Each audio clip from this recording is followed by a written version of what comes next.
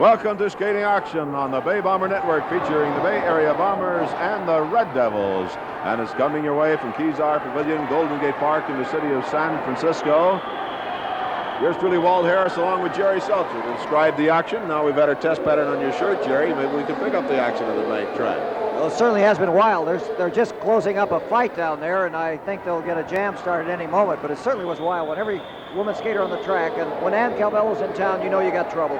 There's the score. It's 1-1. Bombers and Red Devils. First period has just gotten underway. Let's get ready as they try and get the pack organized again. We just had a Donnybrook out there, free-for-all. I don't know who's going to stay on the track and who's going off the track. Laszlo was in the middle of it. There are 3 Bombers out there. Now there are 4. Another one coming off the infield. And there are 4 Red Devils. So here we go again. Calvello and Calvello. And Saunders and Laszlo over here. I tell you, these gals are going to tear the place apart.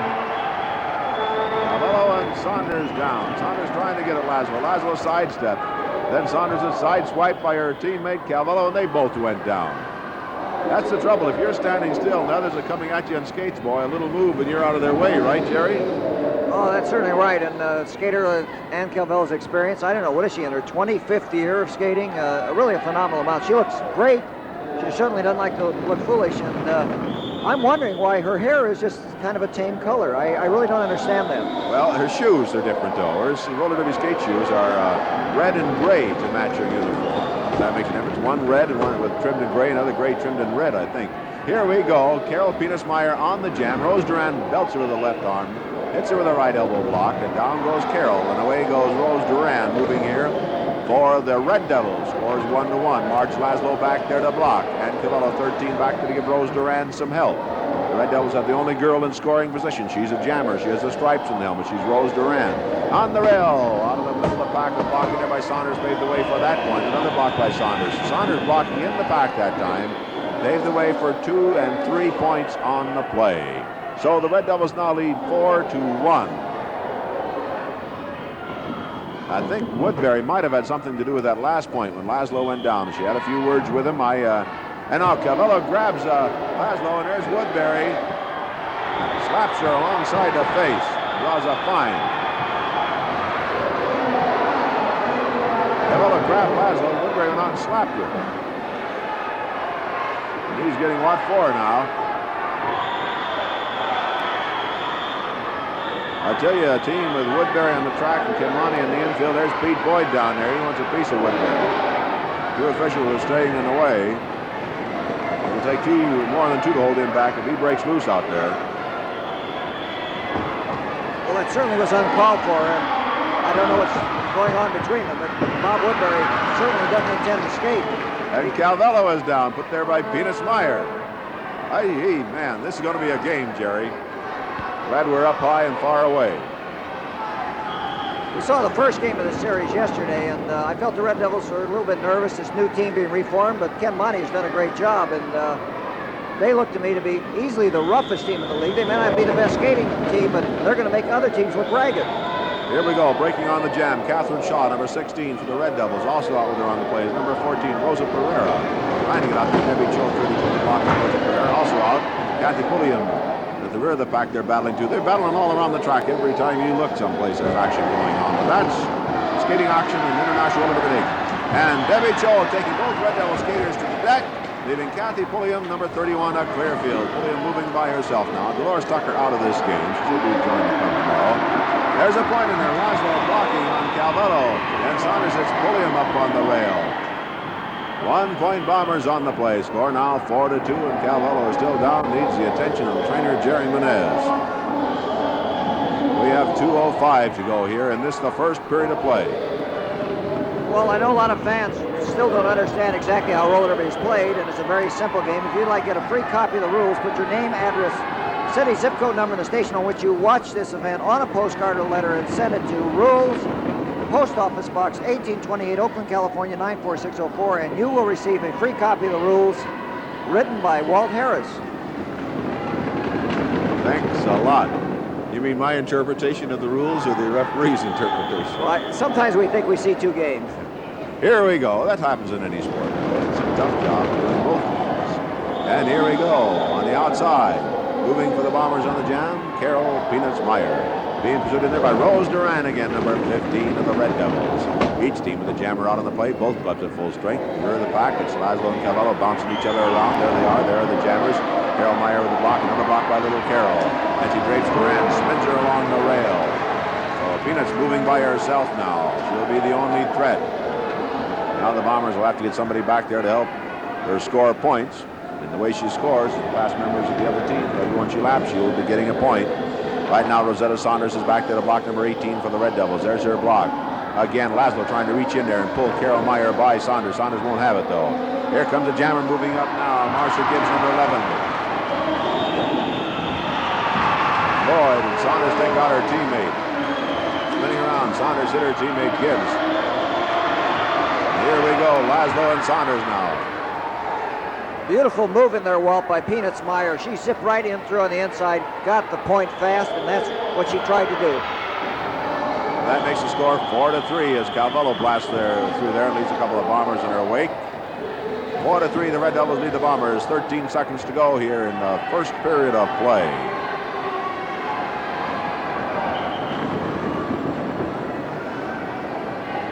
Three seconds left. And that is the end of the first period of play with the score, the Bay Area Bombers 3 and the Red Devils 4. Skating action continues. Kezar Pavilion, Golden Gate Park in San Francisco. This is Walt Harris and Jerry Seltzer. There's Charlie O'Connell, number 40. There's Ann Cavello getting the treatment from Jerry Menez, working on her ankle. Action on the track as the men start the second period of play. The Red Devils leading 4-3. Pete Boyd wearing the pivot helmet for the Bombers, number 36, and out to challenge him is Wildman Bobby Seaver, a blocker, number 13. For the Red Devils, trying to move out Pete Boyd, that's a tough job. But Alfonso Reyes breaks out of there, number 16 on the jam for the Red Devils. And out with him is Bob Dansell, 34 for the Bombers. Alvin Mallory, he moved to the head of the pack. He used the jammer's helmet, but decided to stay there and block. There are the jammers, and hitting the deck, Bob Dansell. It's Alfonso Reyes, a pretty good skater here for the Red Devils. He's moving. Dansell trying to close the gap, but he's about a third of a lap back. Pete Boyd back there to block now as Alfonso Reyes moves into scoring position. Bob Woodbury back there.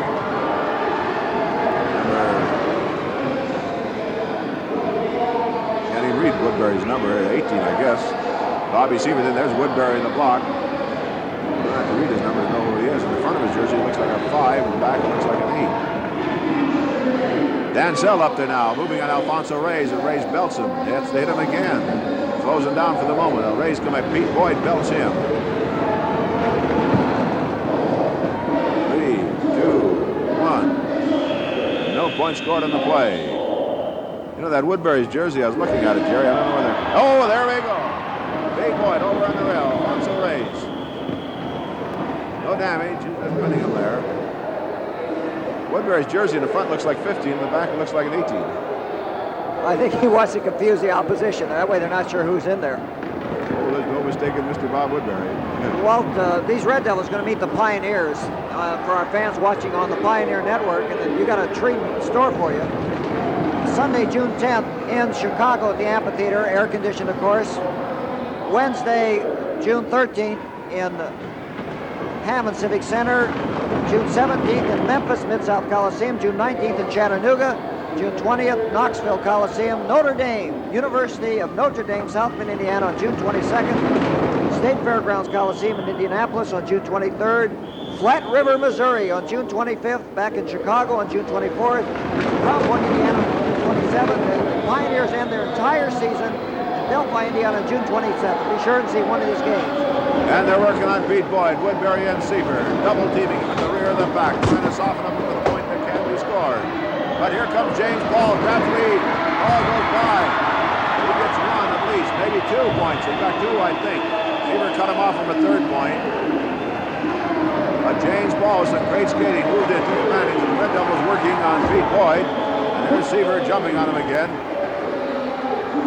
Bombers grab the lead 5-4, and the trainer has to work on Pete Boyd. This is a rough Red Devil team. It's Woodbury down there. Roscoe, I think. And then Seaver belts at Roscoe. And Alvin Mallory goes after Seaver, and here we go again. There's Ken Monty getting that. Robinson. Monty kicked Mallory clobbered Monty in the head with a helmet. Boy, the crowd is up and roaring here. Monty has a distinct advantage here, being in street shoes. He can move much quicker than O'Connell on skates. But O'Connell is not going to stand there and let that happen.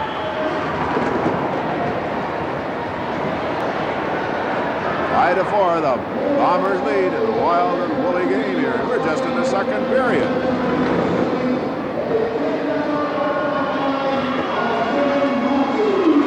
fine and Ken Monty.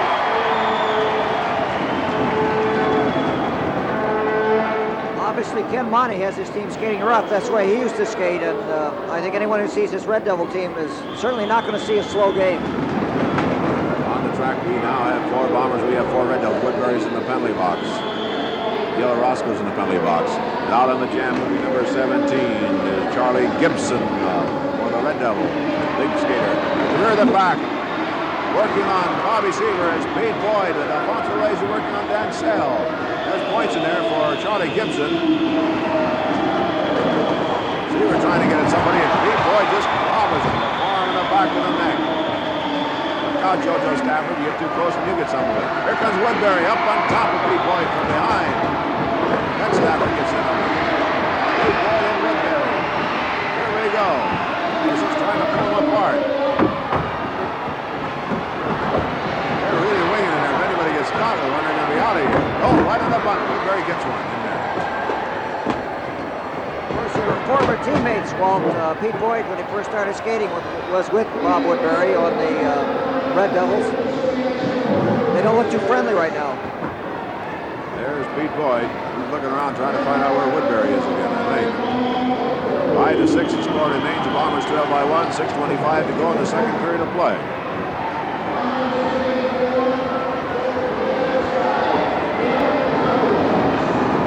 Boyd goes to the penalty box. O'Connell comes on the track. Charlie O crowds up and roaring. Charlie O is teaching a new brand of philosophy with this Bomber team this year. Go get him, and he's going after Woodbury right now. There they are. There they are. There goes O'Connell's helmet. There's he. Hits Woodbury again. We lose him in the back, and he's got him again high in the rail. There they are. And there goes Woodbury. Boy, the crowd is roaring. Woodbury's up and moving again. On the jam, incidentally, Tony Roman, 37 for the Bombers. JoJo Stafford, 15 for the Red Devils. And Woodbury hooks.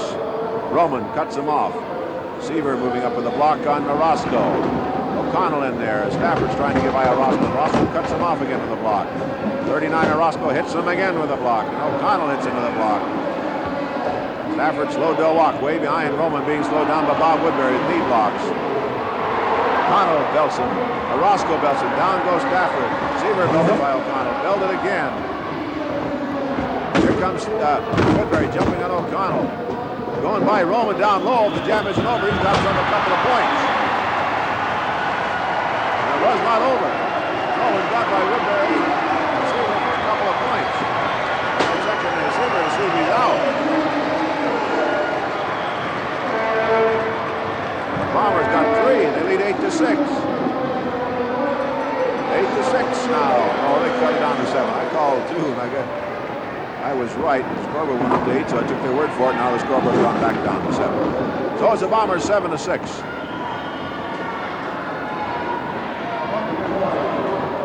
Say, there's a great new newspaper. It comes out 24 issues a year. It's the only paper with all information on roller derby. If you'd like to get a free copy, write to Roller Derby Illustrated, General Post Office Box 17, New York, 10001. That's good for one time per family. If you'd like to subscribe, it's $6 per year for 24 issues.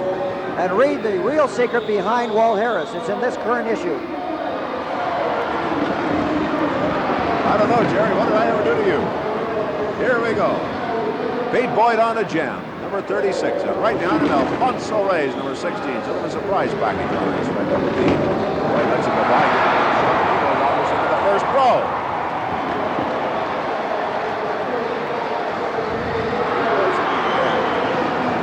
Play set up. Bob Woodbury back to the block. There's a block by JoJo Stafford. Stafford is a jammer Somanon, as you notice, but he is not in scoring position. The only man that is Pete Boyd. The jammer started the play, and that gave Pete Boyd the permission, rights to go out and score. Bob Woodbury throwing a left hook into the midsection there. And there's Stafford with the block. Here comes Woodbury with the block. They got him on the rail, shaking him up. They're going backwards to block. They're going. Here comes a Roscoe, a blocker, though he can't score. O'Connell's back there. Woodbury is hit by Roscoe. Roscoe's hit by Stafford. Stafford going back after Pete Boyd. Both skates. Roscoe goes after Stafford.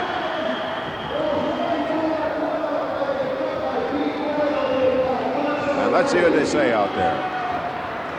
Jerry, I can remember a rule about going backwards to block.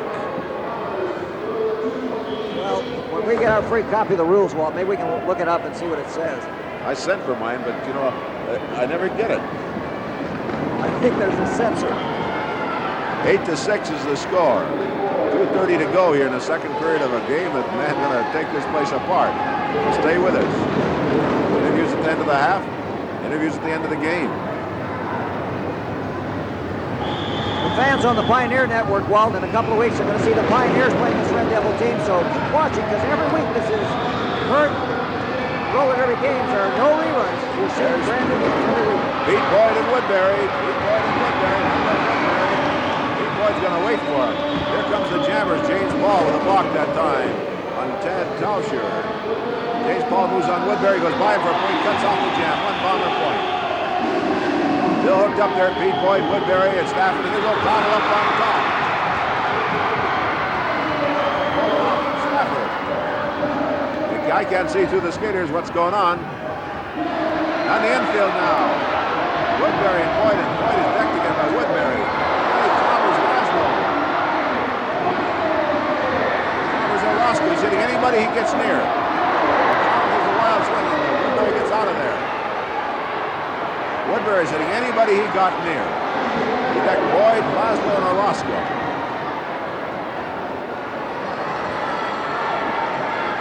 Woodbury's down here getting hugged by Adam Cavello. Patted on the back.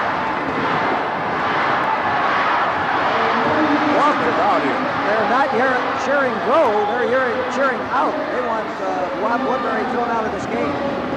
It might be the safest thing for him if Pete Boyd gets a good crack at him, or Charlie Lowe. 48 seconds left in this period. The Bombers now lead 9-6 over the Red. There you go, Woodbury after Boyd again. It was starting to think that Woodbury went after him. It's the Bomber bench. Anybody he can get. James Paul trying to tackle Woodbury. James Paul is gone.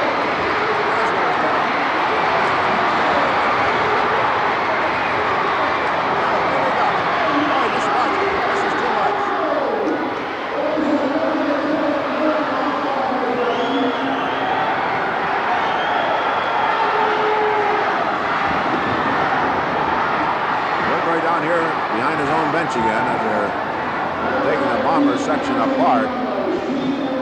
7 seconds left in this period, and all we've had is Woodbury trying to take down the Rafters. That's the end of the second period of play with the score. The San Francisco Bay Area Bombers 9 and the Red Devils 6.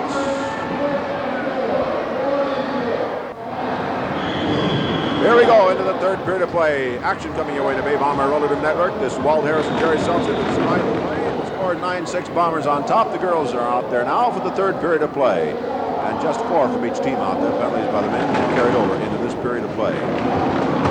And out of the jam, the Red Devils in charge, because they have Catherine Shaw out there, number 16, and they have number 11 out on the play, Marcia Gibbs. So they have 2 skaters out there. The Bombers have nobody out at the present time on this jam, so the Bombers are strictly on the defense.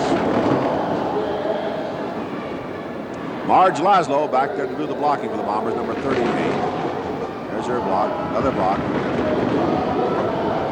Marge Laszlo covering the track as she can. The Bombers have a skater out now, Kathy Pulliam on the jam. Time running short. Laszlo doing the job there. 15 seconds left. Pulliam coming up. Woodbury took a push at her, but he didn't get her. Pulliam has the lead in the jam and cuts it off. She kills a double-barreled Red Devil threat. Got away from a shot by Woodbury in order to do so, but now she's grabbed by Cavello, and Cavello takes her down. Woodbury gets in there. Cavello, hitting the gal that killed their threat. You know, you certainly have an advantage while watching this on television. Annie Calvello is a master. She says it, she admits it. But she'll watch when the referees aren't there. And as far as the referees could see, their two skaters had fallen down and nothing was happening. But Annie takes advantage of these times. Look out up here. Laszlo and Woodbury got in an argument. Pete Boyd has Woodbury.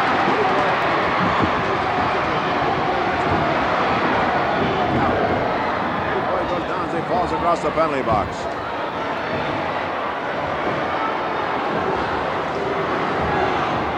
Pete Boyd, I think, was wrestling there for a moment with Maurer. He didn't even know who it was. He was trying to help him.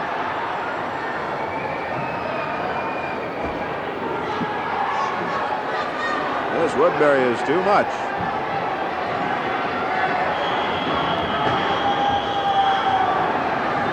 Another fine on Woodbury. Pretty soon it's going to start to hurt. Score remains 9-6. No points scored in that play.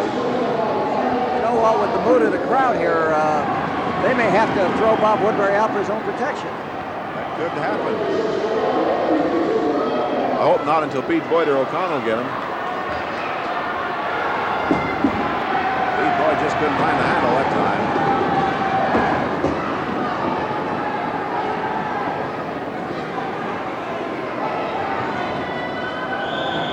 Here we go. Jam getting underway. Everyone's trying to move out. Laszlo's on the infield being worked on by the trainer. On the jam. Skaters are out and moving. There are two bombers out there. One Red Devil. Red Devil throws Duran. She's trying to catch Cheryl Penis-Meyer now, who has grabbed the lead on the jam.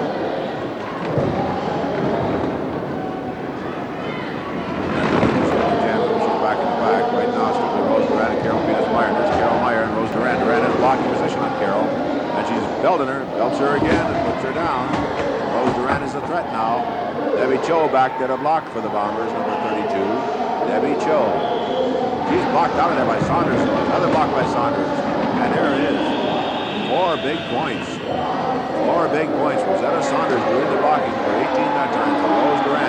At the other end, Carol Meyer getting worked over by Ann Cavello again.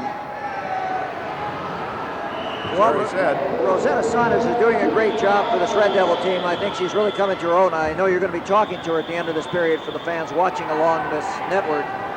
And they certainly should stay tuned right at the end of this first half.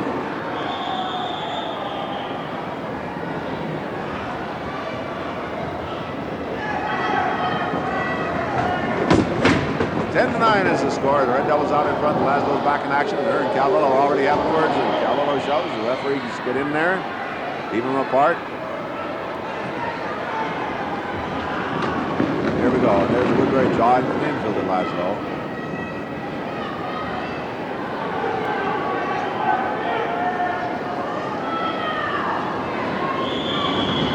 Here we go. Got the back organized. The jam will get underway. Out of there in a hurry is Catherine Shaw for the Red Devils. Debbie Cho going with her for the Bombers. Cho alongside of the block. Get the back Saunders working with Laszlo. Boy, these girls in the back, they keep hitting each other every chance they get. Hard blocks in that back. There are the jammers. Debbie Cho on the inside. Out of the outside. Trying to get a shot at Shaw, and it didn't take that time. Shaw cuts by Debbie Cho. Leaves Debbie on the deck, so the Red Devils with another great scoring opportunity. 4 points in the last play. They lead now 10-9. Cavello's waiting for her to come up. Laszlo breaks away from the pack, but she's half a lap back. Keep an eye on her. She may not be a threat here. Penis-Meyer blocking on Shaw now. Carroll doing the job. Bombers on the rail. There is 2 points. It's Cavello shoving Bombers over the rail. Another one is down. She can have 4 points again. 4 more Red Devil points. Laszlo went down up here. She's going after Woodbury. Bombers into the back. And she skates away. Woodbury might have tripped her up here this last time. As I looked up, she was on the deck. I didn't see how she got there. And when she came back, she went after Woodbury that helmet. He was complaining now to the referee. And then Laszlo decks and Cavello on the other side. Laszlo goes over to Pete Boyd. I don't think Woodbury's going to go in there. 14-9 though, the Red Devils lead. What a crowd roaring here. Woodbury's head hurts right now.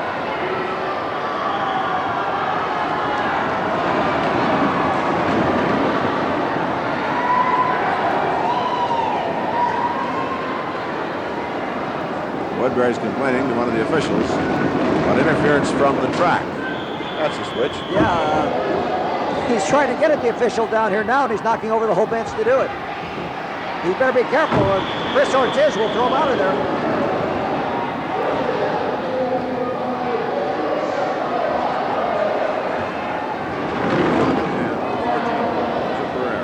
Red Devils are on the play. Rita Ortiz, 36 for the Bombers. Keep an eye on Woodbury all the time, even when he's on the infield. Well, the Jammers are closing on the back now. Back to the block, Rosetta Saunders, 18 for the Red Devils. Ortiz coming up for the Bombers, number 36. Long arm in front of her by Saunders, slows her down. Moving the outside, Pereira. And Laszlo cuts her off for the block. Saunders, Dex, Ortiz coming up now to give her teammate Rosa Pereira some help. With a shot at Laszlo. Hits her. Laszlo goes into Pereira and puts her over the rail. And then she takes on Saunders in the block. Ortiz moving, Saunders has to move. He's blocking a long ways behind that pack again. And that's it. The officials say no points scored on the play.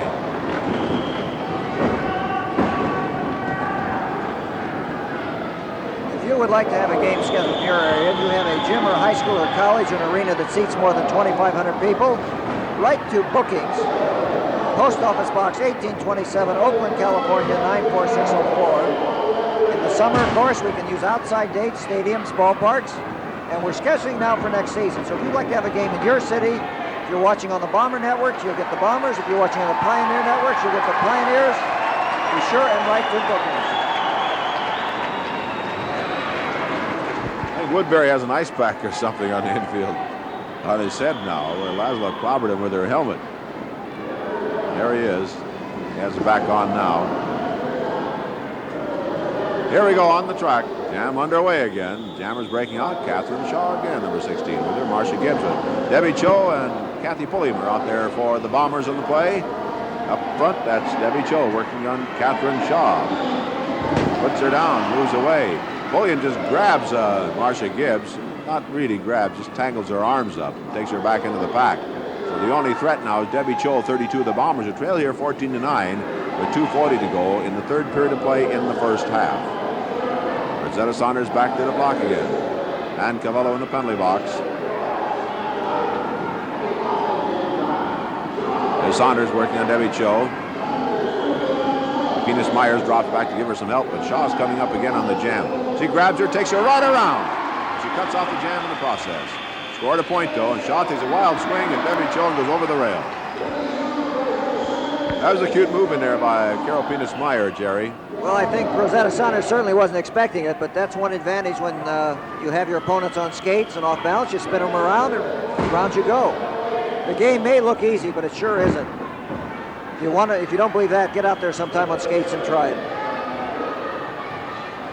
Bob Woodbury there talking to the team, and he is really emphasizing a point a minute ago. He jumped up and down in his skates. Somebody didn't understand what he was telling him. You know, he's got the towel on his head with the ice. Here we go. We got a minute 34 to go here in the third period of play in the first half. Coming out on the track to block here for the Red Devils now is Aloha Linda Villanueva, who goes somewhere in the neighborhood of well over 200 pounds. She is a big gal. Really good out there on skates. She is one of the 3 Polynesian representatives in the league. There we go on the track. There are 2 Bombers out, Laszlo and Carol Meyer. They take care of Rose Duran and they move away.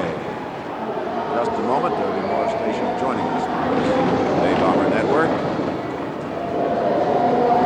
Meyer, March Laszlo moving, coming up on the back to the block, Rosetta Saunders and Ann Calvello. Laszlo. Carol Meyer tries it. Laszlo tries it. Laszlo leaves left behind on the rail. Now it's Carol Penis Myers. Harold Penis-Myers trying to get by Calvello and Sonner. There's Laszlo to break it up, and they both score two. Great play by the Bombers. Laszlo got back into contention with their block. He played away. He's barely a 2. Somebody's tangled up on the rail over there. I can't. One place is a girder blocking my view. I can't even tell there. Calvello's at the bottom of it right now.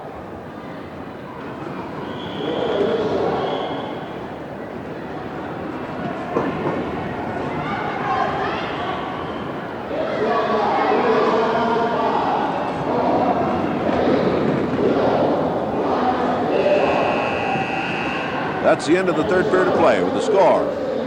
Bay Bombers 14 and the Red Devils 14.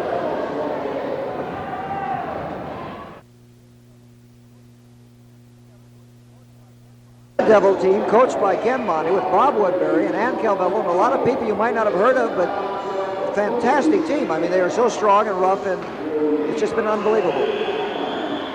Here we go, the fourth period getting underway. Bob Woodbury out there with the pivot helmet, number 18. Ronnie O'Connell with the box helmet, number 40. Big Pete Boyd, 36, wearing the pivot helmet for the Bombers.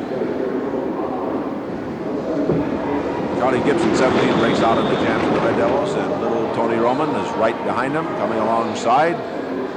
James Paul up front, a jammer for the Bombers, not trying to go out on the play. So it's strictly Roman and big Charlie Gibson right now. Dynamite Tony against the bigger man there. There they are, really moving around that track. Great speed that the skaters attain.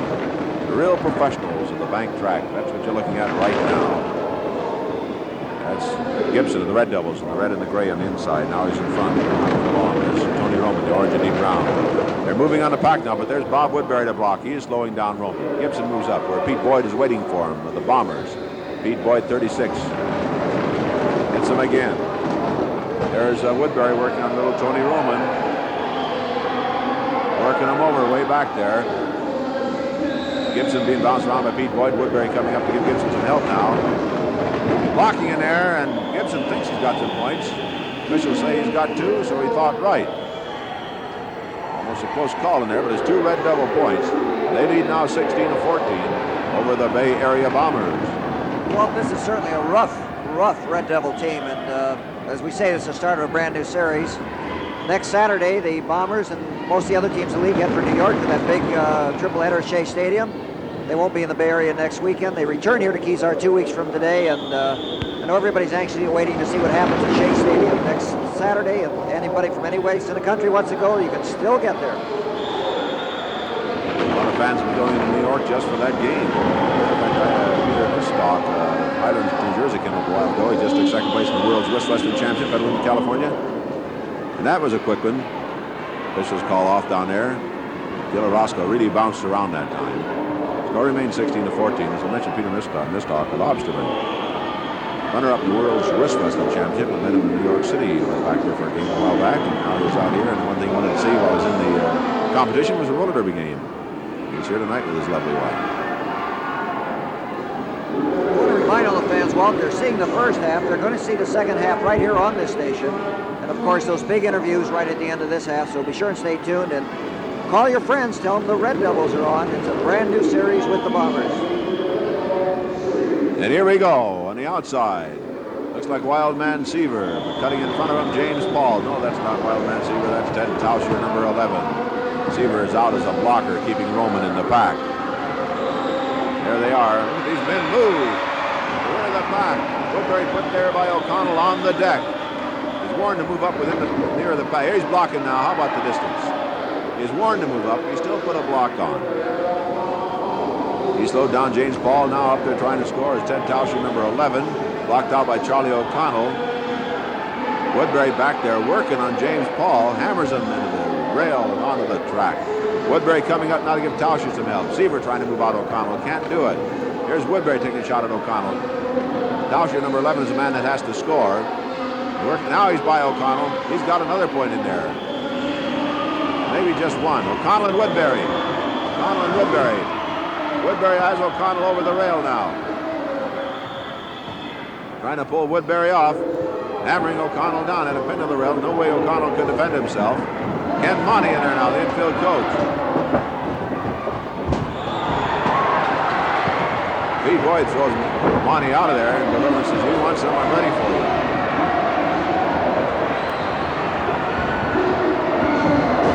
Boy, they're down at the other end. Woodbury is wreaking havoc on the Palmer team while the officials are up there trying to keep Monty and Boyd apart. Now O'Connell wants to get at Monty. That's Margie Laszlo. Margie Laszlo is going after Woodbury. Ball is grabbing Stafford, and everybody's swinging down there. There's too many things going on at once here. Too many fights. Let's face it. Well, I want to mention the fans in the Bay Area. They only have 3 chances to see these teams this week. As I mentioned, the Bombers head east next weekend. Tomorrow at San Jose Civic Auditorium. Wednesday, the Stockton Auditorium, and Thursday in Sacramento. Don't miss the Bombers and Red Devils. And you fans watching in the Bay Area, you will see the telecast right here next weekend at the same time. The Bombers return to Kezar 2 weeks from today. Here we go again.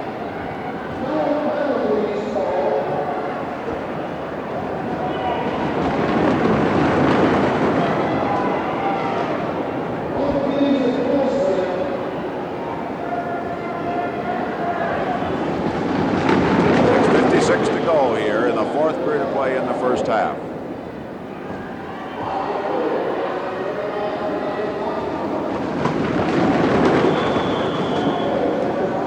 To 15, the Red Devils on top. Breaking out of that pack, Alfonso Reyes, 16 on the jam.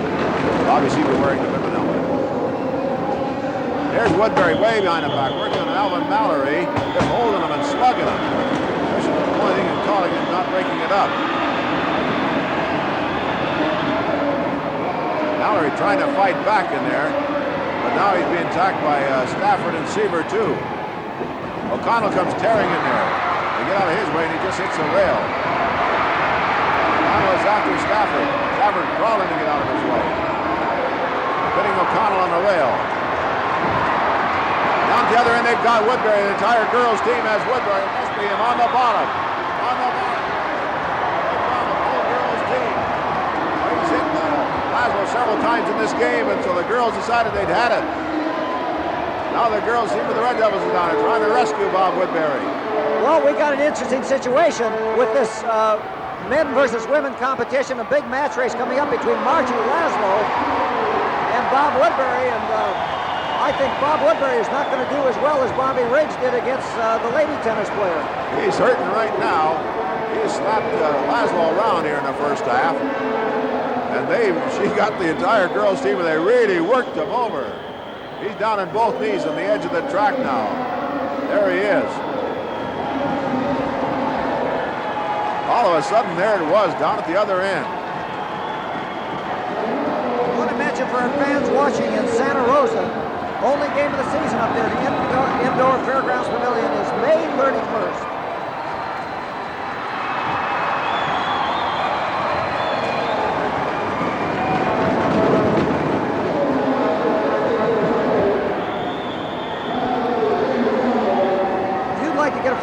Get your name on the roller derby mailing list. Send your name, address, zip code, number, and the station on which you watch this program to Mailing List Box 1828, Oakland, California. We got a jam going, Walt. Right back to it. And Tony Roman is out of the play. In the infield, Laszlo clobbered Woodbury again. His trainer is helping him. He's down and rolling on the infield. I didn't see her do it. I saw her being pushed away, and Woodbury is down and rolling on the infield.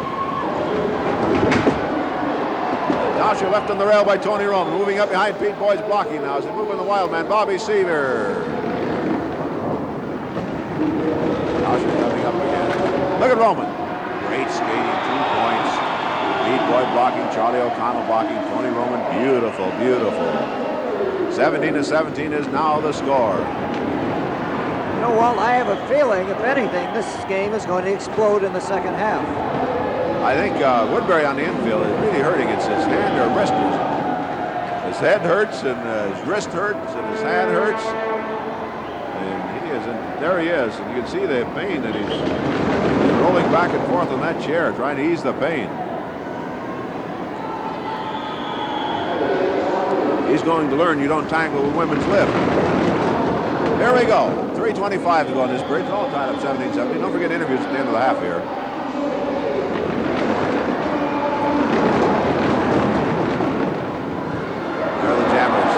Mallory out of the jam. Connell is doing a tremendous blocking job in that pack. Just tremendous. It's just impossible to see everything at once. They tangle, they go. Ray's on top of Mallory down there. Starts upon him with the right hands. The back catches up, and Seaver puts a knee on Mallory. Monty's down there. Effective skater who's doing all the damage. No points scored on that jam. Alfonso Reyes to the penalty box. You mentioned the Red Devils have this very large lady skater on their team. Also, they perhaps have the fellow with the longest hair in the league. I don't know what distinction that is, but number 14, Bob Johnson, has hair about 1.5 feet long. Doesn't seem to slow him down any, though, Walt. No, he's a pretty good skater. Here we go. Bobby Seaver out front. He's going to whip out JoJo Stafford. James Paul cutting to the inside. Evidently, Mallory drew a penalty on the last play, too, for fighting. So the Bombers are down to 4 skaters, as well as the Red Devils down to 4. They're the Jammers. James Paul, JoJo Stafford, 15 of the Red Devils. These men really moving and hitting tonight. 17-17 is the score. Ball dumped by Stafford. Stafford moving up. He's got Bobby Seaver to block for him. They're moving on Big Pete Boyd, the moving wall. Pete Boyd, 36. Seaver threw a block at him, and Boyd just pushed him on by. James Paul coming up again. Seaver will have to worry about him. Seaver signaled to Woodbury down at this end. Woodbury standing down here. And Seaver rides Paul into Woodbury, who then belts him. With everybody standing in the bench, officials couldn't see it, but now they see it.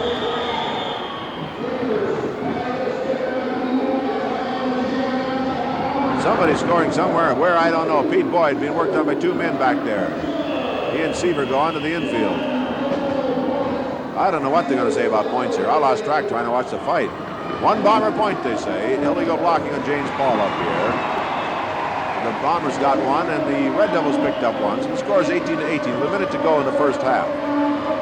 Walt, many awards are going to be given out at Shea Stadium next Saturday, including the Lee Brown Award. It's a memorial award for the most inspirational skater. Lee Brown was a pilot who was downed in the San Francisco Bay. There is Robert Woodbury. Big match race coming up in the Bay Area, of course, is that one Friday, June 1st, the women's live match race. Margie Laszlo, Bob Woodbury at the Oakland Coliseum Arena. That's going to be something. And I think Laszlo's got a great chance against Bob Woodbury. Well, she can get out in front.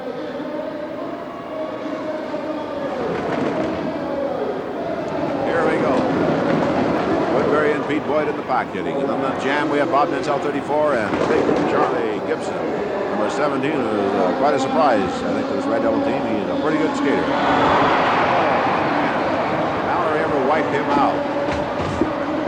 Mallory really shook him. Mallory's trying to get back. Oh, now he... Mallory and Woodbury going at it. Mallory giving away too much height and weight there. He hit a couple of them with the good belts. 1 point in the play for the Red Devils. And that is the end of the first half with the score. The Red Devils 19, the Bay Area Bombers 18. I'd like you to take a good look at this lady standing alongside me right now. A lot of you people have seen her on action on the bank track. You've seen her many times, and maybe you've never seen her close up before. And I know she's always been a mystery to me. This is Rosetta Saunders. Now, the reason I say that, Rosetta, as I can remember seeing you skate, I'm way up there calling, and all you see is a helmet down there, and you're throwing these hard blocks, elbow blocks, leg blocks, hip blocks. You know, you're knocking skaters over the rail. You're getting knocked down. I said, man, that gal is tough. Then the first time I saw you close up, I said, you can't be Rosetta Saunders. You got to be somebody else. Do you get that reaction from other people very often? Yes, I really do. I get interviews with quite a few newspapers, and fans come up and they say, are you Rosetta? You know, you seem very shy, you know. I'm not very loud-spoken, you know. I'm much a loner, you know, and a lot of people say, God, I don't believe, you know, your Rosetta Saunders is out there skating like that, you know. Well, not only the way you talk, but you're a very pretty girl. You have sort of a baby face, and you just don't look tough enough to get out there on skates. I mean, It's just every time I see, it's not Rosetta. It's got to be somebody else. I mean, you're just out here doing her interviews, isn't that right? Right, right. Well, you know, I get knocked around out there. I get a lot of hard punches, and I just have to come back rough and aggressive, you know, and try to get the better of them. Whatever got you into a game like roller derby? Well, believe it or not, Walter, I moved out to California in '68, and my sister was a very big fan, and I had never even heard of it. This is how, you know, it was, and I went to a game, and I started training for it and was picked up in less than 3 or 4 weeks, I think it was. Where did you come from, Rosetta? Atlantic City, New Jersey. Now, does that mean when you joined the training club, you had never skated or had skated on the streets or flat track skating or what? Yes, I flat track skated a lot. As a matter of fact, I won a trophy for speed skating there. So I had some kind of skating experience. How old were you when you won the speed skating trophy? 12. And you've been skating now for 3 years, right? No. Rosetta, let me ask, because I really wanted to compare, was the speed you had then, of course you're 12 years old, and you're not 12 now, right, but the speed that an amateur would have against the speed that you, a professional, would have when you skate every night and really work at it? Well, of course, you know, it's a difference in the track.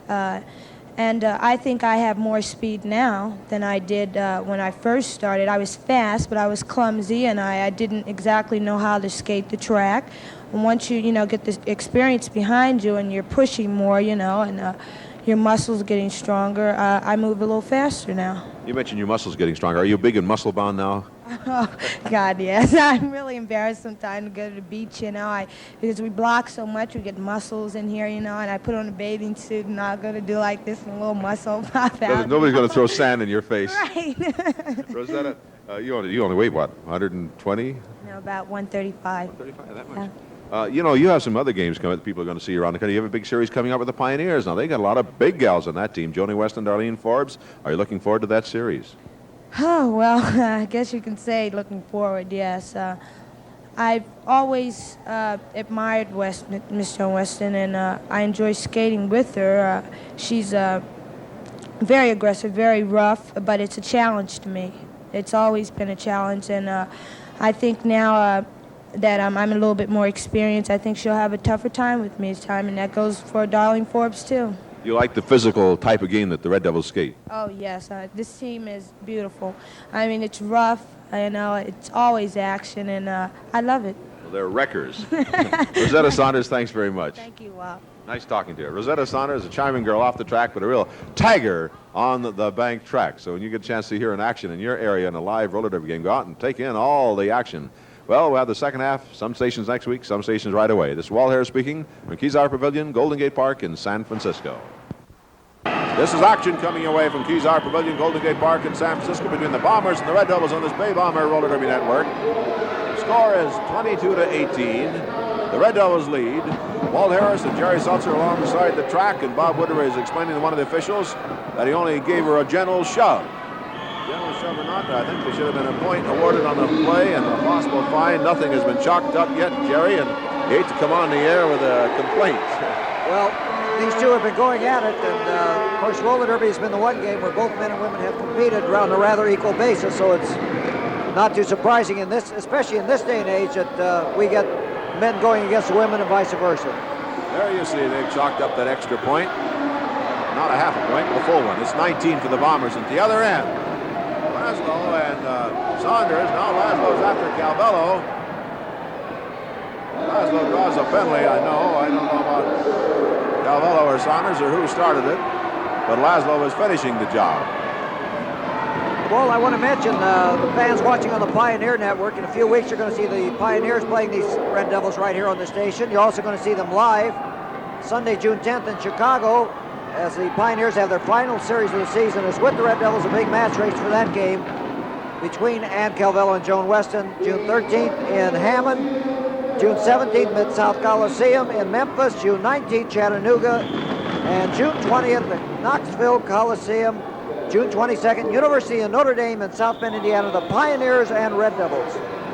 22-19 is the score. The Red Devils lead. We're going on the track with about 1, 2, 3, 4 skaters from each team. That was Carol Penis-Meyer with a nice block, dumping Catherine Shaw. The lead jammer is Penis-Meyer, being chased now by Marcia Gibbs. Here, Marcia. soap opera. Here we go. Out there blocking Linda Antonio.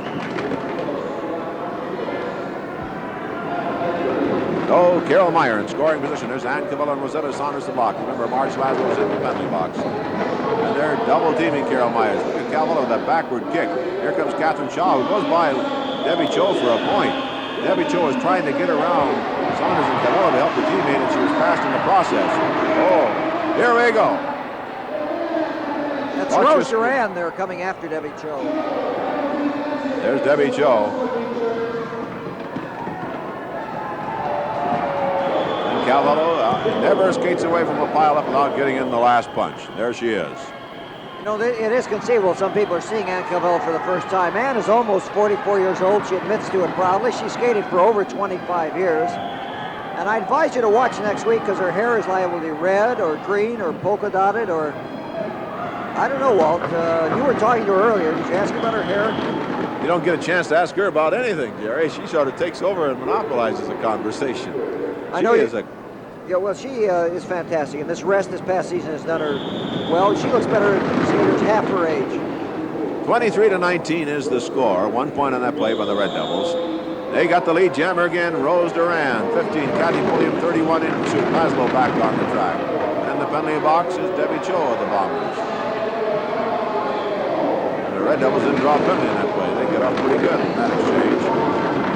And Duran working on Pulliam. Grabbing the lead in the jam, Armida Ortiz. And Duran takes off after her now. From Rosa Pereira. Laszlo working on Calvello. The Red Devils have the lead in the jam. They have to cut off the play. Well, that kills their threat. They had the two lead jammers, so the minute Calvello was dumped by Laszlo, her jammers had to cut off the play, or she would have been passed by the jammer coming up for the Bombers for a point. 2:27 to go here in the fifth period of play, first period in the last half. A lot of people want to know how to understand this game better, and of course the best way is to get a free copy of the rules. Put your name, address, city, zip code number, and the station on which you watch this event on a postcard or letter and send it to Rules, Post Office Box 1828, Oakland, California 94604, and you'll receive a free copy. And Walt, I know right at the end of this game you're going to be talking to infield coach Ken Monty, the all-time great of the Red Devils. Maybe he'll explain a few of the rules. There'd be a third interpretation for yours, Jerry. Here we go. 23-19 is the score. 1:48 to go in this period. Then we'll have the men on the track. That's Big Bob Woodbury and company against Charlie O'Connell and company. A wicked Pioneer, a wicked Red Devil team. Duran whips out. Rosetta Saunders and Carol Peanuts-Meyer comes out of that pack like a cannonball in pursuit. There's Carol Meyer chasing Rosetta Saunders. There's the pack. There are the jammers. Jump block. Little Carol got underneath the jump block. Saunders on the deck is going to get a whip from Ken Monty. And the referee tries to cut him off too late. He gave her a whip to give her a little extra speed. Peanuts-Meyer trying to score. And Calvello blocking. Debbie Cho trying to reach back and give Carol some help. Here comes Laszlo in the jam, and she takes Saunders out to make sure she doesn't become a threat.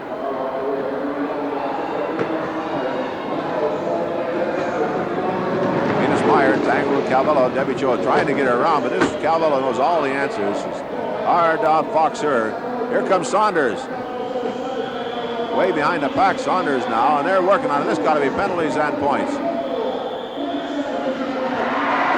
pull her by both of them. That's 2 points. If everything's legal, the officials haven't called anything, so they cannot deny 2 points there. They get 3.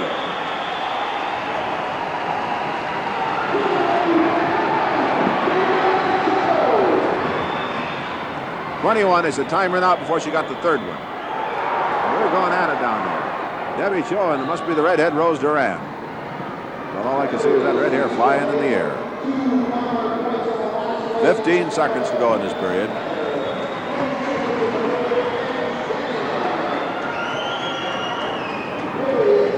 .23-21 to score. Time's rapidly running out here in the fifth period. We'll move into the sixth period now.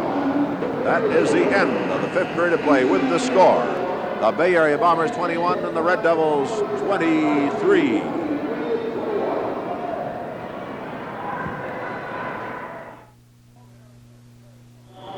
Walt Harrison, Jerry Seltzer here at the track at Kezar Pavilion, Golden Gate Park in San Francisco. It's the sixth period getting underway in this game, the second period in the last half. The Red Devils and the Bombers. The Red Devils lead 23-21. Out on the jam is Alvin Mallory, 31 for the Bombers, being chased by Charlie Gibson, number 17 for the Red Devils. Up at the front of the pack, Bob Woodbury and Charlie O'Connell trying each other on for size. There, Woodbury ending up on the floor in that exchange, and his teammate Gibson had to cut off the jam. Wood and Mallory decks Gibson, or just sideswiped him a little bit, and Monty wants a penalty call. The official said no. Seaver wants a penalty call, and they're getting no satisfaction. Woodbury a little disgusted that time. He really went flying. He spun along the top of the rail, and over he went, Jerry. You know, that's his style, though. He can look horrible and he can look awkward, but he lets himself go entirely, and he has to be a great contribution to that team. The Red Devils, of course, meeting the Pioneers, as we already said, in State Fairgrounds Coliseum in Indianapolis on June 23rd, back in Chicago for the final game of the season, June 24th, Flat River, Missouri, June 25th, Crown Point, Indiana on June 27th, and the series ends in Delphi, Indiana on June 28th. And remember, you're going to see the Pioneers and Red Devils on this station in a couple of weeks if you're watching on the Pioneer Network. Tony Roman out on the jam, being pursued by Bob Johnson, number 14. Woodbury on the infield, working on his skates right now. Lead jammer still Tony Roman. Pete Boyd blocking through the pack and Charlie Gibson. JoJo Stafford tries to break it up. Pete Boyd's got him going, and here comes Roman. He goes by for the point. And Johnson takes a header across the fallen Charlie Gibson.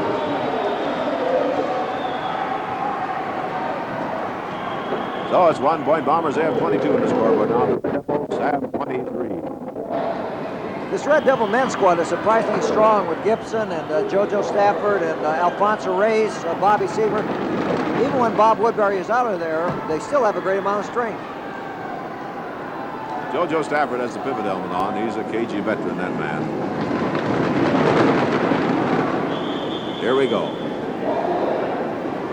Pete Boyd up front with Stafford. There they are, and there's the jammer, Bob Dansell on the inside, being chased by Alfonso Reyes, number 16. Bob Dansell, number 34. At the head of the pack, it's still Stafford and Pete Boyd. Stafford and Pete Boyd. There they are, down at the bottom of the screen. Well, they moved out of there in a hurry like lightning.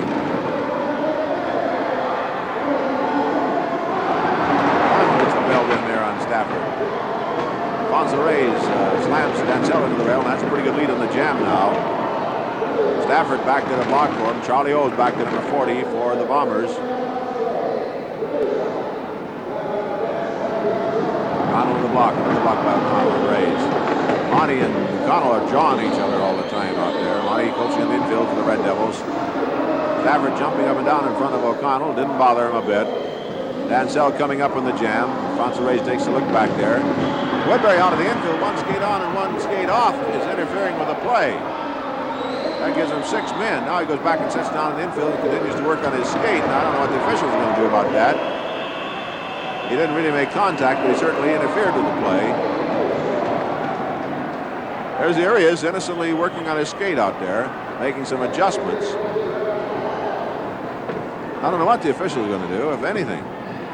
Well, official Hugh Kettle was over signaling something at Woodbury, so they might have fined him, Jerry. I think they gave him either a team fine, not a team penalty, because they seem to have 5 skaters out there, or do they? No, they only have 4. No, they have 5. All right. Must have been a fine then, because he came over and he signaled at Woodbury, but we didn't hear any announcement. They look kind of funny running around there with one skate on and one shoe off. There might be a new type of game, Jerry. It's called the Diddle Diddle Dumpling My Son John game. Here we go. Bobby Seaver on the jam, and Pete Boyd is after him. He takes him. Seaver stays on his skate zone. Bobby Seaver trying to take on the moving wall, Pete Boyd here. Seaver looking for an opening. That's a big, there he throws a leg up there. Ducks an elbow block. Bobby Seaver and Pete Boyd, just keep an eye. It's fireworks anytime. Seaver moves in front, Pete Boyd alongside. Hammers a block into Seaver. Seaver stays on his skate zone. Bobby Seaver knows all the hands. Stafford blocking on Pete Boyd. Down low elbow blocks in the midsection. Here comes Seaver now. Seaver puts a block in there. Shoves Pete Boyd to the infield. Right into the Bomber penalty box. Seaver on the jam. Charlie O'Connell blocking now. Pete Boyd down in the Bomber players area. 2-1. That's it. I don't think any score. No score. Pete Boyd was replaced by another skater on the track, as you do for a skater that's injured. Officials trying to untangle him there on the rail before things get out of hand. Well, Jim Cook up there, Charlie O'Connell. Yes, Jerry? Charlie, I was talking to him before the game. He feels his team is in great shape for that big Shea Stadium triple-header next Saturday, that World Championship event that's going to be held in the East. Bombers fortunate, one of the 4 teams to go for this triple-header. And as I mentioned before, I'm sure fans who are now watching perhaps in the Bay Area, planning to be in New York over Memorial Day weekend, are going to be sure and see this at Shea Stadium. And it's probably better to take a plane to New York and visit it than try and drive somewhere, because you might run out of gas. So change your plans. If you're going to the lake next weekend, forget about it. Fly to New York. See this triple-header at Shea Stadium. Jerry and I was talking to a man before the game is going to be there. It's here at Kezar tonight. Charlie O'Connell with a jammer Sullivan. JoJo Stafford whipped out. Ken Monty on the track, yelling at O'Connell and yelling at Stafford, saying, get the lead and cut it off. Don't let O'Connell have a chance to score. O'Connell cuts him off. He goes right, almost into Monty. O'Connell slams it. Monty running across the infield, yelling at Charlie O. Boy, he almost put Stafford right in his lap. Here's the whip. Charlie O on the loose.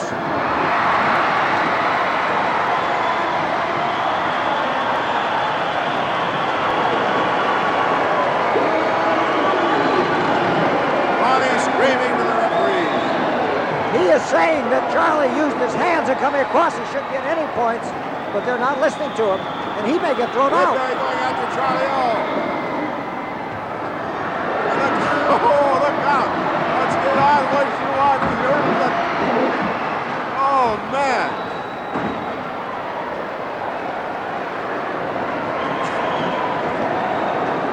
That Woodbury is something to behold out there. Charlie on the loose that time, blasted through there. The Bombers have the lead. I'll tell you, our director, George Lum, and our cameraman, Ed Watkins, Larry Landis, doing a fantastic job of bringing you all the action in Ernie Fields. Oh, man. Jerry, at times like that, I want to be in the stand just watching it. That's something. But if you'd like to see that great new newspaper, 24 issues a year, Roller Derby Illustrated, you can get a free copy by writing to Roller Derby Illustrated, Box 17, General Post Office, New York, New York. It comes out 24 times a year. If you'd like to subscribe, it's $6 for 1 year. It's a great paper. And well, for the next game, of course, I'm sure Bob Woodbury is going to have his skate fixed, as I'm sure he will be by the last period. But, you know, Dolores Tucker is also out this game for the Bombers. She rejoins tomorrow for the game in San Jose. And O'Connell was taking advantage of the fact that Woodbury was out of that pack. Woodbury's trying to get that skate fixed and try and stay in the game at the same time. He's working out there feverishly on that skate. Every once in a while, things get caught up with him. He just comes tearing out on the track. James Paul has already caught the back in the jam. Leg blocking there by Stafford. Elbow block. Paul does a header. Bobby Seaver, the leader in the jam, 13. Gil Orozco blocked by Stafford. Seaver coming up, trying to take advantage of it now. Across the track on the infield goes Orozco. Oh, boy, this is a tempo tremendous in this game. 1 point in there by the Red Devils. They have 24 on the scoreboard now. The Bombers up 25. Seaver. Orozco trying to get at Seaver. And this is really something here. This Red Devil Club. The Bombers. There's Monty as Connell shoves Monty through the benches. The chairs. Woodbury grabs the Connell. Connell's helmet's got a big dent in it now. Monty came up, but O'Connell shoved both skates into him. Here we go. I can't see it all. Alfonso Rey's getting some licks in there. Pete Boyd's in there. And Woodbury goes back to fix his skate. And he started the whole thing. I think right now. You know, I think Woodbury reminds you of the guy who goes in, starts the fight, socks somebody, sits down. You got 30 people out there fighting, and he's watching. And there he is over there fixing his skate. Boy, oh boy, I tell you, we really got one going here. I mentioned earlier, Jerry and I talked to Pete, this dog, the Highlands, New Jersey, who just competed in the World Wrist Wrestling Championships, where he's runner-up. He's heading back home to New Jersey, and he's going to be at Shea Stadium for that big one. Well, I want to mention our fans in Phoenix at beautiful Arizona Coliseum. On Friday, August 31st, you're going to see the Bombers, 8 p.m.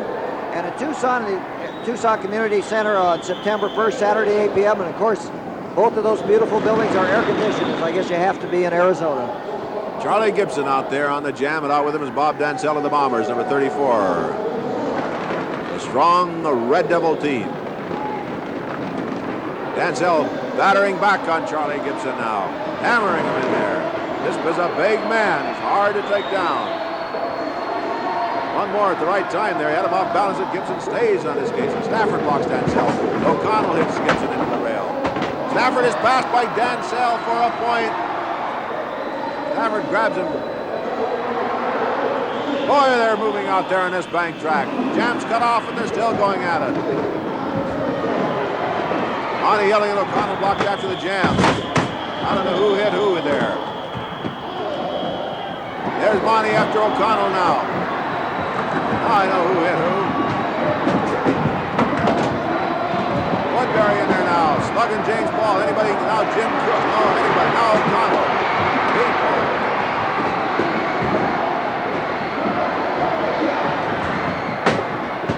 Dansell gets it from Woodbury again. Pete Boyd is down. Monty put in there. Oh, Pete Boyd's down the other way. It's another one getting it. Roscoe got it from Ken Monty. I don't know how we're going here, but boy, this Red Devil team. There are about 5 Bombers down, and there's another one. Pete Boyd getting it from Woodbury.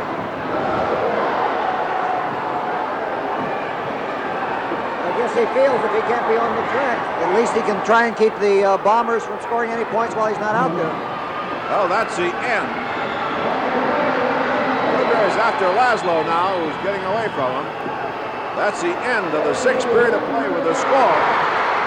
Pete Boyd has a Woodbury over in the rail. Look out, Woodbury. Pete Boyd has him again.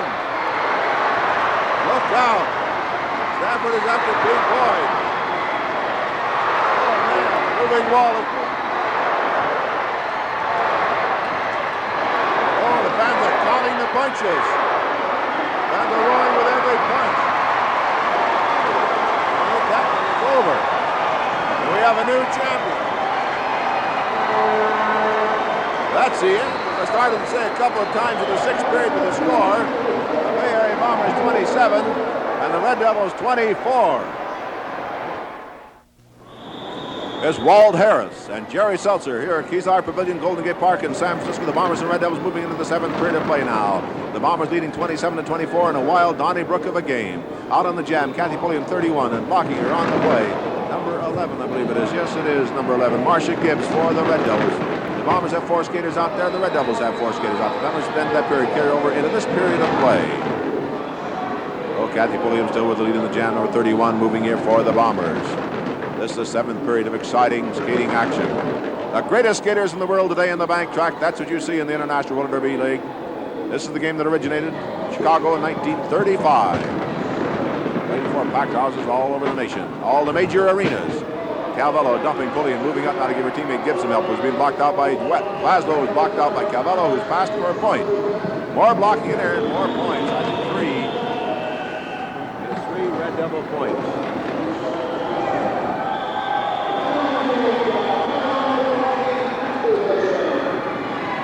That makes the score 27-27 now. Both clubs should be back in full strength for this next jam. Well, talking about the top teams, of course, the Pioneers and Chiefs. Pioneers with Joan Weston and company, and the Chiefs, world champion defending with Mike Hammond, Judy McGuire, and all. The Chiefs are the next series in for the Bombers after this. And the Pioneers and Chiefs have a big Northwest tour coming up. July 23rd in Eureka, July 25th in Coos Bay, July 26th at the Portland, Oregon Memorial Coliseum, and that's Kids Night up there. University of Puget Sound in Tacoma on July 27th, Bellingham at the new Ice Arena on July 28th, Hoquiam, Washington on July 30th, and the Seattle Center Arena in Seattle on July 31st. Here we go with the action on the bank track. 27-27 to score. Out on the jam is Rose Duran moving here for the Red Devils. Number 15 being chased by Armida Ortiz. Ortiz, number 36 of the Bombers. And they're hitting in that pack. They're hitting all around the track in this game. Tremendous one going here. These fans around the country are going to get a chance to see this Red Devil team in action. Well, they got some fireworks coming their way. Then a Villanueva, the 230-pounder, goes down here, and she's tripped over by Pulliam, and the jam cut off by the Red Devil jammer to keep her teammate from being passed for a point. So that makes the score remain at 27-27. You know, when that Aloha Linda Villanueva, if I can ever say that right, when she falls, you better not be too close to her. Bob Woodbury is over explaining to her how dangerous it is for her to clog up the track. You know, she just might reach out and clobber him with her size. She might put him up here with us. I think she outweighs him. I really do. Here we go. Jammers at the rear of the pack. They'll have to work their way out of that pack, get by the lead skater to start the 60 seconds ticking off. It starts a jam. Then their job is to get around that track, catch up with the pack, and then for each member of the opposing team they pass, they get credit for a point. I run into people all the time and say, how do they score? It's that simple. The Jammers now have left the head of the pack. Once they get around and catch up with that pack, for each member they pass, they will get credit for a point. That's each member of the opposing team actually would be lapping. Just like if you're in a mile run, you get out in front and catch up with the pack again, then as you pass the men, you're lapping. In this game, when you lap them, you get a point. It's that easy. Here we go, coming up on the pack. Rose Duran. Marcia Gibbs. Marge Laszlo back there, 38 blocking for the Bombers.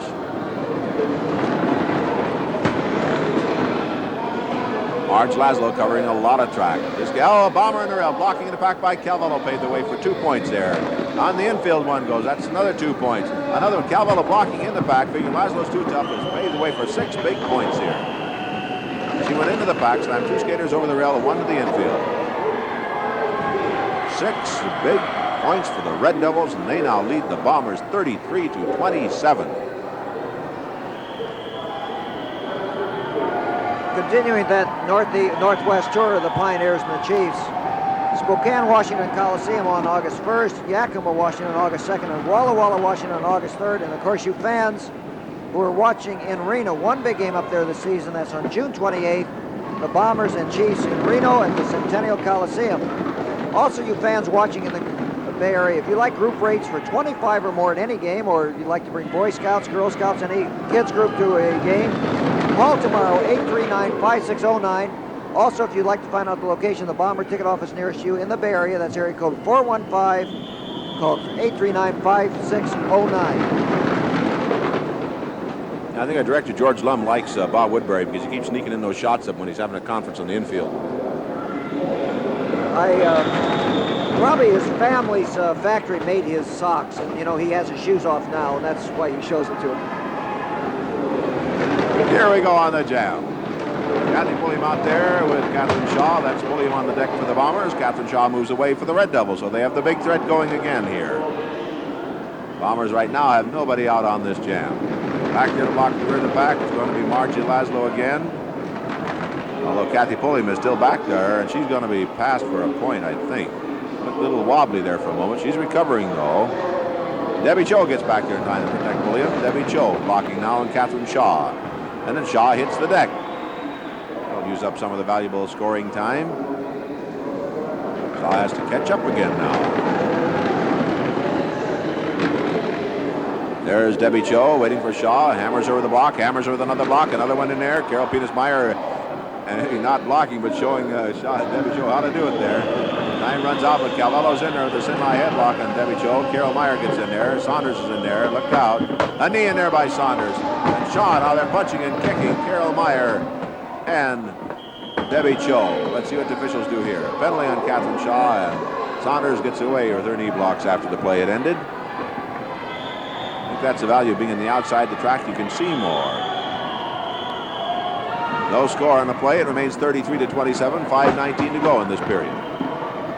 I want to remind all you fans who are watching this game on the Pioneer Network, in a few weeks you'll see the Pioneers playing the Red Devils on this station, but the Pioneers have their final series of the season in June, and later on during one of the commercial breaks in this program, Walt's going to tell you information about the game in your area. Here we go. 4 Red Devils out there, 5 Bombers. Let's see if they can take advantage of this. They trail by 6. Carol Penis-Meyer trying to break out of the pack, but she's got company. Rose Duran. Also Linda Antonio for the Bombers, and number 11 Marcia gets to the Red Devils. So the Red Devils get the same amount of jammers out as the Bombers do, so there's no advantage out there right now. Rose Duran battling there, number 15, with Carol Penis-Meyer, number 37. They're pulling away from the other jam. Carroll's got her going right now. Got her going. And there's another block in there. Over the rail and out on the floor she goes. They're pointing at Carroll, one of the officials. I don't know why point. I mean, it's a penalty or it's not a penalty. That's simple. Warnings don't mean a thing. She hasn't drawn a penalty because she's still jamming. Venus Meyer in scoring position 37. And Calvello blocking number 13. Margie Laszlo trying to reach her teammate. Coming up, Marcia Gibbs in the jam for the Red Devil zone. It picked up as Carroll by Calvello and dropped. Now she's being pointed at. I think there must be a penalty there in Calvello this time. She's decked as she runs into Laszlo's elbow. Let's see, 1 point Red Devils. It should be 1 point Bombers. Laszlo has passed up here and she was threatening Calvello that time. So it's 1 point each way, I believe. They pointed 1 point. There it goes now to the Red Devils. So it's 34-28. They're denying the scoreboard and they're a little late getting it up that time. It's 34-28, a point each way that time. And Calvello should be in the penalty box for 1 minute. If you'd like to get a game scheduled in your area, to have a gym at a high school or college or an arena that seats more than 2,500 people, write to bookings, Post Office Box 1827, Oakland, California 94604. And we're booking now for next season. Why not have a game in your area? We're going to Notre Dame. We've gone played at University of Oregon. A lot of schools, colleges, even Dartmouth this winter, Walt. And there was a great game up there, and the students thoroughly enjoyed it. Sold out completely.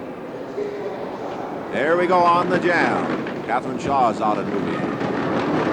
There are 5 Bombers out there, 4 Red Devils again, but the situation prevailed in the last jam, and that didn't help the Bombers any. Vito Ortiz out in the jam. There's the pack. They've got the pack now. Ortiz, 36 of the Bombers. Catherine Shaw, 16 of the Red Devils, being blocked out by Debbie Cho. And there's Saunders doing the blocking on Ortiz and the Bombers. Debbie Cho really working over Catherine Shaw. Drew a warning there. Debbie Cho with another block. Another block by Debbie Cho. She's hammering there. There's Saunders blocking on Ortiz of the Bombers. Farther back is Debbie Cho. Ortiz coming off the rail, moving there. Again, she's hit by 18, Rosetta Saunders. And again, Debbie Cho with the long hair doing a fine. They're going to be points in there. They don't be careful. Nope. The blockers did the job. They pointed Debbie Cho. Did anybody point at Catherine Shaw? 1 point Red Devils. A penalty on Debbie Cho, nothing on Saunders. And it looked to me like they were both doing the same thing up there. I was just about to say, I can't really believe how well this Debbie Cho has improved in one season. She has got the size to be a top skater. When she stands up next to Margie Laszlo, you can realize they're very close in size. She's a very, very strong young girl, of course, very, very pretty. But in spite of being pretty, she's a great skater. That doesn't sound right, does it, Bill? No. It's amazing, though. You know, I've had so many people tell me, gee, these girls must be tough. They must be ugly and everything else, but they're just as good looking as any girls anywhere. You must realize when you look at them right now, it's a physical contact, and they're perspiring out there, and their hair isn't up. You see them dressed up, and they look just as womanly as any gal, and yet on skates, they can be tough. 35-28 off that point for the Red Devils on the penalty, and Debbie Cho ends up in the penalty box. Rosetta Saunders ended up in there too, but no point to the Bombers. Don't figure that one out. Laszlo on the jam for the Bombers, number 38. He's the only one out. Both teams have 4 skaters. I think she should pass the 4 girls in the pack right now. She get credit for the 5th one that's in the penalty box. They're going to make up here. Red Devils are making up away. Durant in charge. Calvello protecting it. Calvello caught way behind now. Dumps Laszlo. Laszlo up and moving again. Immediately. Always going to put the skater down, but Laszlo went by Calvello. He has 2 points now. She's going to get a 3rd. She's going to get all 5. She does.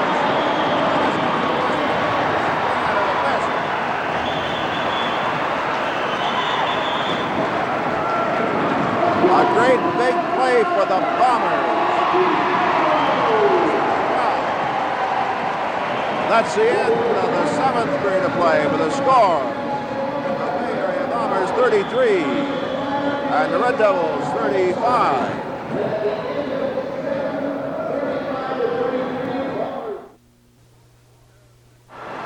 Walt Harris and Jerry Seltzer here at Kezar Pavilion, Golden Gate Park in San Francisco, moving into the 8th period of play. The score of the Red Devils 35, the Bombers 33. The winner on the track, so keep an eye on the action. They've been exploding all over the place. Woodbury, his skates adjusted. He's back on the track. Throughout most of that 6th period. Now he's out there legally. Charlie Gibson chasing James Paul, who's out on the jam.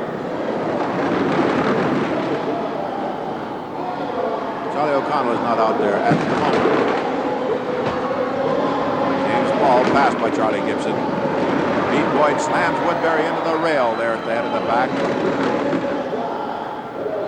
Somebody's going to end up in the 4th row before they're finished. Gibson, 17 in scoring position for the Red Devils. He's got blocking. He's cut off and put down by Orozco, though. James Paul slammed into the rail by Bob Woodbury now, who's moving up to give Charlie Gibson some help. Gibson, 17, cut off by Orozco. Woodbury takes a shot on Orozco. Orozco gets away and puts Gibson down in the infield. The lead jammer now, James Paul. Woodbury on the infield, into the players' bench, trainers' table, everything is down. Orozco put him there. He was passed for a point. Then Orozco decked Charlie Gibson. And he is down. Everything went all over. You know what? You cannot overestimate the value of Gil Orozco. He doesn't seem to be on the track, and yet the players you know say he's one of the most valuable ones on the Bomber team. He gets the jammers out to start a play, and when he has to block, when he has to fill in, he does a sensational job.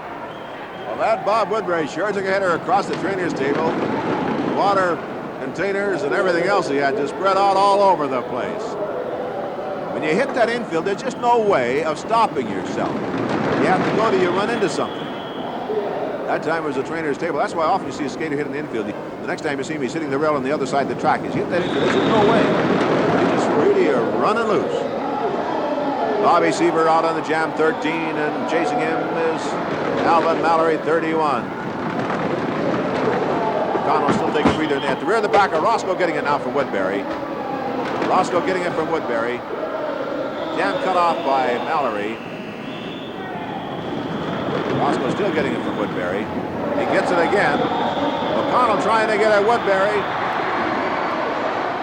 Officials get in between. O'Connell goes right by. Throws a punch but goes down on the bank turn. Gets a skate. He's up again. Woodbury has O'Connell. O'Connell has Woodbury. Look out now. Knees in there by Woodbury. O'Connell trying to pick him up, I think. It's hard to get the leverage when you're on skates, though. There's O'Connell and Woodbury now. I wouldn't want to get anywhere near either one of these men. Oh! There O'Connell held and measured him and let him have it. O'Connell may get a major penalty and get thrown out. Woodbury's going to leave of his own volition here, I think. O'Connell's trying to get at him. Let him go. Woodbury getting the punches in. On the infield, O'Connell down, getting up. Monty has him from behind. Here comes Pete Boyd into the middle of it. But he's grabbed by 2 officials. You know, these two have a match race, Bob Woodbury and Charlie O'Connell, a week from Saturday at the Cow Palace, and I don't know if they're going to have anything left after that. And Woodbury walks over here and just belled at Jim Cook as he went by him. 35-34 is the score. The Red Devils lead by 1. There's Jim Cook, Charlie O'Connell, the trainer.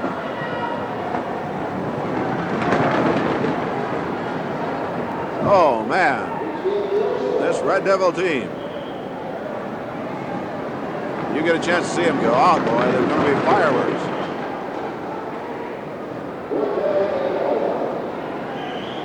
(35-34), 7:50 to go in the game. Here we go in the next jam. 4 Bombers out there, 4 Red Devils. Tony Roman breaks away. Obviously, we're getting a whip here to Alfonso Reyes. It's Tony Roman, Alfonso Reyes in pursuit. James Paul coming to the back receiver. Tony Roman and Gil Orozco. Here comes Alfonso Reyes. Look out. Down. Oh, he couldn't hold it. Now they'll try and score. They eliminated the Red Devil threat for the moment. Hey, then they sucker Jojo Stafford. Roman down. Gets up, cuts off the jam. 1-point Bombers, and that ties it up at 35-35. O'Connell looks all right. He's just sitting in the penalty box down there, and perhaps he can even use the rest. I imagine he got a 2-minute penalty because he went out with almost 9 minutes to go, and there's about 6:50 to go now. Woodbury back on the track. O'Connell now coming back on the track. So here we go again. Keep your eye on the big men. Ken Monty complaining about something over there. I think he thinks O'Connell should have gotten an additional minute. He doesn't want him out of the penalty box.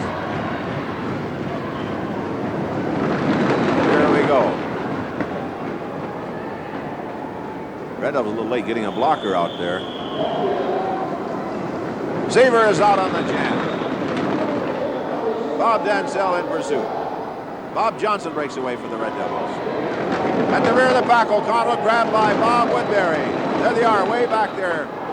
There they are. Here come the jammers. Picks up Woodbury, throws him over the rail. Woodbury is working on O'Connell. O'Connell just picked him up and threw him over the rail. O'Connell pins Bob Johnson on the rail. He was on the jam. Woodbury after O'Connell again. Hits him on the ear. Officials trying to untangle him. O'Connell trying to punch over the back of his shoulder there, over his shoulder. It's a little hard to get anything into it. Walt, in a few minutes at the end of the game, you're going to be talking to Ken Monty. O'Connell gets it from Ken Monty, and he ends up on the floor. I don't think I'll say anything anymore. Officials are keeping Woodbury back, and Monty saw an opening and came in there. Rayner out there working with Charlie O'Connell. With 5:13 to go in the game, the Red Devils lead 36-35. They got a point on that play when O'Connell was passed. He picked up Woodbury.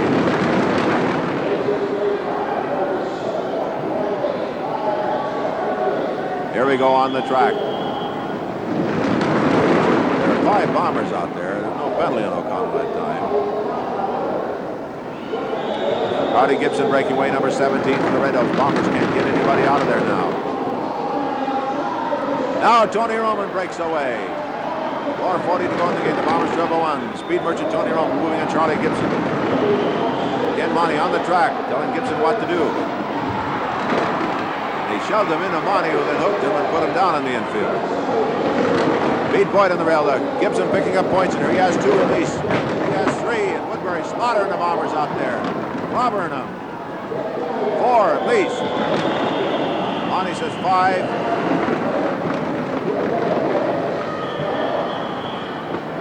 They took advantage of O'Connell's absence. Officials said 4, Monty said 5. It was 4. The Red Devils lead 40-35 now. I don't know, when these two teams play each other, it seems like there's a game and a half. I've never seen a team as physical as the Red Devils, and that's every skater on the team. There's nobody that just coast by there. Why don't you tell them about the mailing list, Jerry? Well, if you'd like to get on the mailing list and receive special advance information about the next game in your area, write to Mailing List, P.O. Box 1828, Oakland, California, 94604. O'Connell was grabbed by Woodbury and hit again. O'Connell trying to get set so he can fight back, and he hasn't had a chance yet. Point for the Bombers. Woodbury still working on O'Connell, hammering away there.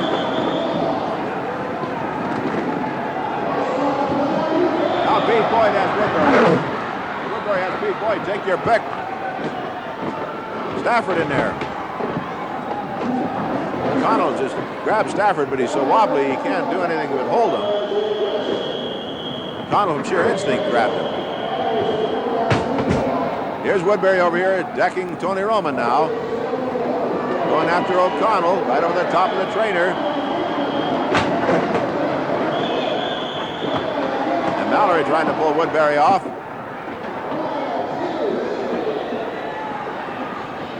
There's Monty in there again.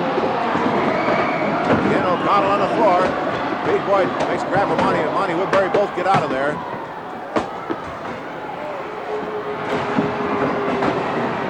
Monty trying to stay away from Pete Boyd.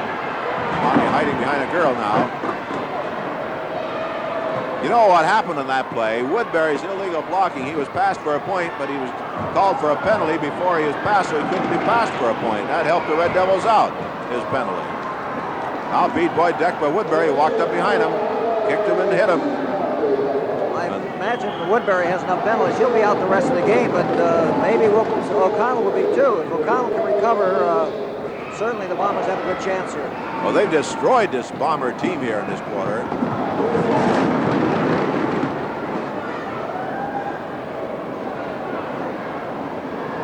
Completely destroyed them.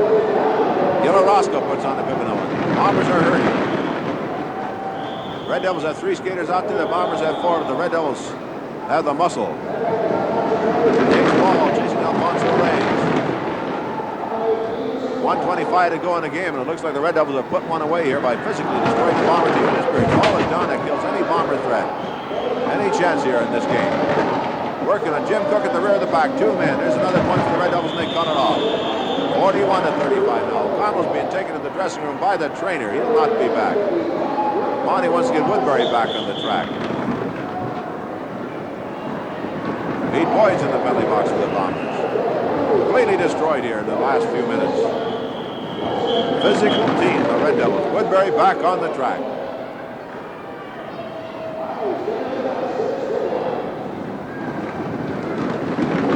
It's the Bombers' last shot here. They've got to get 2 jammers out if they've got any chance at all.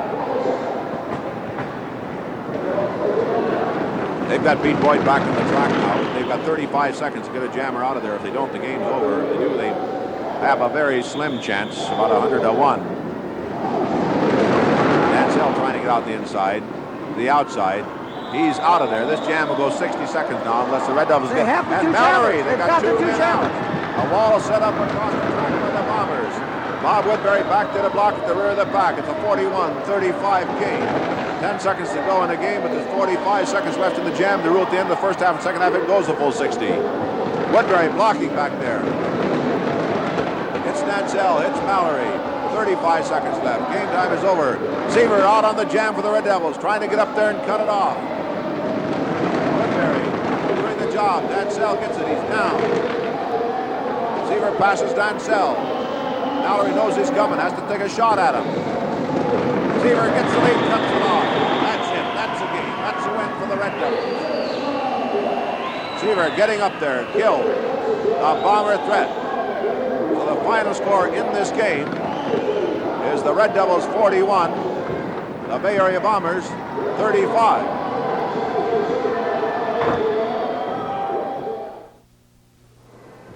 We have with us Ken Monty, who was a great skating star for many years. He was a referee, he was a coach, he was a manager, he's been an executive. I don't think there's anything that this man hasn't been. Now he's taken on the added duties again as infield coach of the Red Devils. What prompted you to take that job with the Red Devils? You think they needed help?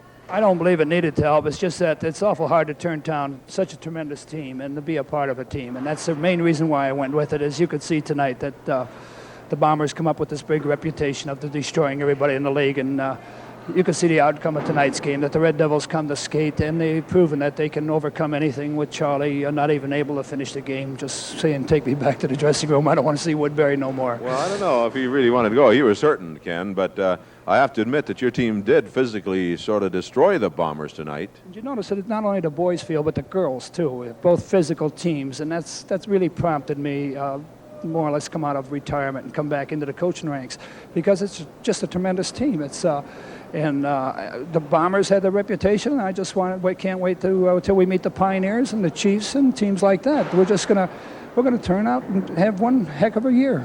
Well, I know you brought a team in here that a lot of them are great names, and then there were names you looked at and said, well, who's this, you know? And yet again, when you saw them on the track, you found out who they were in a hurry. That's right. We got just enough seasoning to where you've got the old-timer out there, so to speak, your Woodburys, your Calavellos, your Seavers. Rosetta Saunders, not a newcomer by no means, but not an old-timer neither. And then you've got all these kids that are being guided by these old experience, and you got that youth just keep coming at you. And that's proven it to where it helps Woodbury to the extent of they get tired of these kids coming, and Woody can then control it. Well, of course, I don't know if you're going to succeed in every game against the Bombers destroying them, because they are skating, like you said, a rougher game right now. How about some of the other clubs? Take, for instance, the Pioneers. I know you have a series coming up with them. Are you looking forward to it? I'm really looking forward to it. Cavello and Weston has always been a great match. Woodbury, I don't believe we'll have any problems against Robinson. At one time, they used to be teammates. Woody's come a long way since the two of them skated together. And I think Ronnie will underestimate Woodbury. And then they will no idea, especially after coming off a Bomber Series and going against the Pioneers. These kids are going to get one heck of a lot of experience, and by the time we get to the Pioneers, I don't believe we'll have any problems at all. Well, the Pioneers girls field is a big physical field too, you know, and Ronnie Robinson isn't the only man on that Pioneer team. That's true. They've got some other boys, and then you got, like you said, Weston's a big girl, but you'll notice that we talked about Aloha Villanueva, a big girl, 240 pounds. We're bringing her along slow, and by the time our final series, by the final week here, you'll see Aloha Linda Villanueva coming into her own, and this will be the main purpose on a Joni Weston type of thing. Good. Thanks a lot, Ken. Thank you, Walt. Ken Monty, infield coach of the Red Devils, who beat the Bay Area Bombers here 41-35. This Walt Harris speaking from Kezar Pavilion, Golden Gate Park in the city of San Francisco.